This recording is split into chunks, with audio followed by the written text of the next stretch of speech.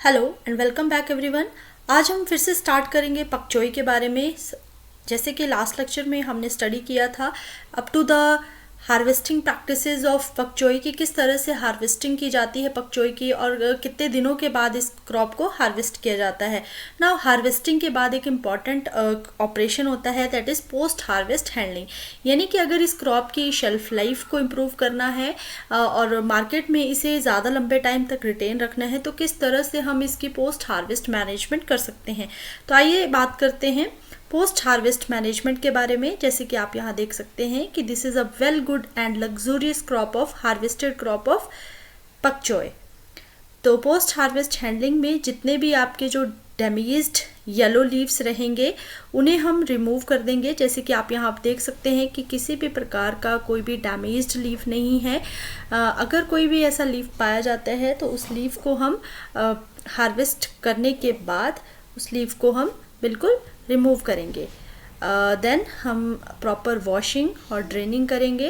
There after पकचोई जो कि लो ethylene producer है और काफ़ी ज़्यादा सेंसिटिव रहता है रिगार्डिंग इथाइलिन प्रोडक्शन, तो उसके लिए हम इसे कॉन्टीन्यूसली इसकी जो वाइटल हीट है उसे रिमूव करने की कोशिश करेंगे। दैट मीन्स कि इसका जो मॉइस्चर है उसे प्रिजर्व करने के लिए इसे कूल किया जाता है, कूलिंग कंडीशंस दी जाती है। सो स्टोरेज पकचोई की generally 32 to 36 degree Fahrenheit 90 to 95% humidity पे की जाती है। देन नेक्स्ट इम्पॉर्टेंट ऑपरेशन आता है पैकेजिंग।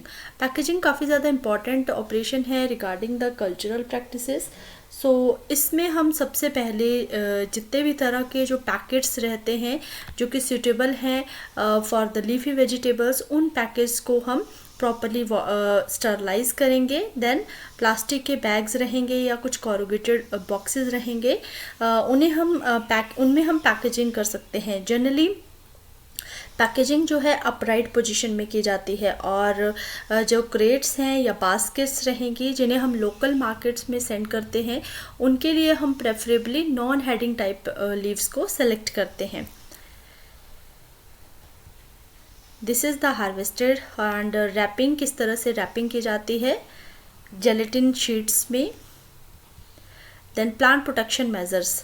पेस्ट मैनेजमेंट एक काफ़ी इंपॉर्टेंट प्रैक्टिसेस रहती है क्योंकि इसमें cabbage worm, cabbage loopers, cabbage maggots या फिर एफिड्स जैसी प्रॉब्लम्स पाई जाती हैं।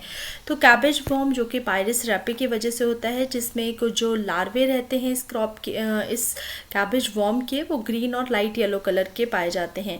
तो इस तरह से आप इन लार्वों को आइडेंटिफाई कर सकते हैं। लार्वा जनरली क्या करेगा कि आपके जो पकचोई की लीव्स हैं या तो इनर साइड की लीव्स रहेंगी या आउटर साइड की लीव्स रहेंगी, उनके ऊपर फीड करेगा और एक सेंटर में बोर कर देगा। यानी कि जो यंग प्लांट्स रहेंगे वो ज़्यादातर इस कैबेज वॉर्म से अफेक्टेड होंगे। सो जितने भी अडल्ट मॉथ इसके पाए जाते हैं दे आर वाइट और येलो इन कलर, और जनरली मॉथ के ऊपर ब्लैक स्पॉट्स पाए जाते हैं। तो इसके लिए हम इंसेक्टिसाइड्स का स्प्रे कर सकते हैं सो दैट कि हम इफ़ेक्टिवली इस क्रॉप से ज़्यादा से ज़्यादा रिटर्न ले सकें और कैबेज वॉर्म को डिस्टर्ब कर सकें। तो केमिकल स्प्रे में हम स्पाइनोसैड या क्लोरोपाइरिफॉस, पायरेथ्रोइड्स का यूज़ करते हैं सो दैट कि इफ़ेक्टिवली कैबेज वॉर्म को मैनेज किया जा सके। यहाँ पे आप देख सकते हैं कि पायरस रेपी किस प्रकार का पाया जाता है। इसके जो डॉर्सल पोजीशंस हैं उसके ऊपर एक येलो कलर की लाइन आप देख सकते हैं। तो इस तरह से हम इस कैबेज वॉर्म को आइडेंटिफाई कर सकते हैं।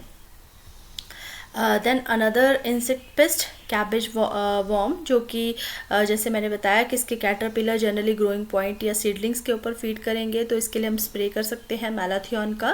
देन कैबेज लूपर जो कि फोलिएज के ऊपर फीड करता है और क्वालिटी और क्वांटिटी दोनों को इफेक्ट करेगा, तो इसको कंट्रोल करने के लिए हम बैसिलस थोरनजेनेसिस का यूज़ कर सकते हैं जो कि बायो कंट्रोल एजेंट है। देन एफिड्स के मेनली जो नीम्फ और डर्ट्स रहते हैं वो सैप को इंजेस्ट करते हैं और वायरल डिजीज़ की तरफ क्रॉप को लेके जाते हैं।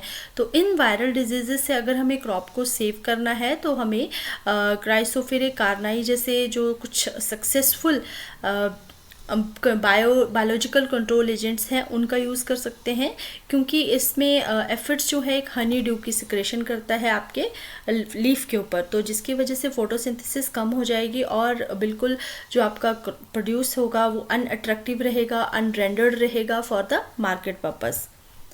यहाँ पे आप देख सकते हैं कैबेज वॉर्म, कैबेज लूपर और एफिड की पॉपुलेशन और इनके किस तरह से ग्रोथ हैबिट रहती है, कैसे इसके लार्वा पाए जाते हैं और किस प्रकार से ये लीफ के ऊपर फीड करते हैं। दैन सम डिजीजेस जैसे कि ब्लैक रॉट जो कि बैक्टीरियल डिजीज़ है, इसमें जनरली जो बैक्टीरिया रहता है वो इन्फेक्ट करेगा कॉटिलिडन्स को जो सीडलिंग्स रहेंगी, और सीडलिंग्स के ऊपर एक वी शेप का सिम्टम पाया जाता है लीफ के मार्जिन के ऊपर, और उस वी शेप के सिम्टम में क्लोरोफिल लाइक डिफिशिएंसी आपको देखने को मिलेगी। तो इसे मैनेज करने के लिए हॉट वाटर ट्रीटमेंट का हम यूज़ कर सकते हैं, लाइक 50 डिग्री सेल्सियस पे अगर हम सीड्स को सोक कर रहे हैं लगभग 30 मिनट के लिए, तो हम इस क्रॉप को सेव कर सकते हैं ब्लैक रॉट से। देन सॉफ्ट रॉट जो कि मेजरली आपकी पोस्ट हार्वेस्ट यानी कि आफ्टर हार्वेस्टिंग डिजीज़ पाई जाती है, अर्वेनिया कैरोटोफोरा की वजह से रहती है। तो इसमें जो टिश्यूज़ रहेंगे वो सॉफ्ट हो जाएंगे, वाटरी रॉट्स जैसे सिम्टम्स पाए जाते हैं। तो इसके लिए हम कल्टीवेशन प्रैक्टिसेस को इम्प्रूव कर सकते हैं। देन पाउडरी मिल्ड्यू जो कि स्फेरोथिका फिलोजीनिया की वजह से पाई जाती है, तो इसमें वाइट पाउडर लाइक ग्रोथ और पस्ट्यूल्स आपको लीव्स और स्टेम के ऊपर देखने को मिलते हैं, तो इसके लिए हम कैराथियोन का स्प्रे कर सकते हैं। देन डाउनी मिल्ड्यू जो कि फंगल डिजीज़ है, पर्नोस्पोरा पैरासिटिका की वजह से पाई जाती है, तो इसके ऊपर डाउनी सिम्टम्स यानी कि लीफ के सरफेस के ऊपर इनडेफिनिट साइज़ के स्पॉट्स देखने को मिलेंगे, और उन डाउनी स्पॉट्स के ऊपर कोनिडियल कुछ स्पोर्स आपको देखने को पाए जाएंगे विद द नेक डाइस। तो इसे कंट्रोल करने के लिए डायथिन M45 का यूज़ कर सकते हैं एट द रेट ऑफ 2 ग्राम पर लीटर। सो यहाँ पे आप देख सकते हैं पिक्चर्स में the symptoms of V shaped like symptom, जैसे कि क्लोरोफिल की डेफिशिएंसी हो जाती है और एक वी शेप्ड मार्जिन के ऊपर बन जाएगा, तो ये एक ब्लैक रॉट के सिम्टम्स रहेगा, soft rot, then downy mildew and then powdery mildew. Seed production की बात करें तो पकचोई एक क्रॉस पॉलिनेटेड क्रॉप है लाइक ब्रासिकेसी या क्रूसीफर्स की तरह, तो इसकी सीड क्वालिटी हम जनरली अच्छी सीड क्वालिटी का सीड केवल नॉर्थ इंडियन कंडीशंस में प्रोड्यूस कर सकते हैं, तो सीड टू सीड या फिर head to seed method produce कर सकते हैं, और आइसोलेशन डिस्टेंस 1600 मीटर से 1000 मीटर तक रहेगा। क्रॉप को जनरली हम 60 सेंटीमीटर बाय 30 सेंटीमीटर पे ग्रो करेंगे, और इफेक्टिव रोगिंग करेंगे हम वेजिटेटिव और फ्लावरिंग स्टेज के ऊपर। जितने भी मैच्योर सीड्स रहेंगे उन्हें हम हार्वेस्ट करेंगे before they will turn into the light brown colour. Then उसके बाद हम जितने भी इंडिविजुअल सीड स्टॉक रहेंगे उन्हें हार्वेस्ट करेंगे और तारपोलिन के ऊपर रखेंगे। Then we will thresh the seeds when they get ripened. तो उसके बाद जो भी आपके थ्रेश्ड सीड्स रहेंगे उन्हें हम सन में ड्राई करेंगे, अबाउट 10% मॉइस्चर कंटेंट उनमें रिटेन होना चाहिए। और एवरेज सीड यील्ड की बात करें पकचोई की तो लगभग 850 किलोग्राम पर हेक्टेयर पाई जाती है। सो यहाँ पे आप देख सकते हैं crop along with the seeds. Thank you everyone. This is all about the pak choi.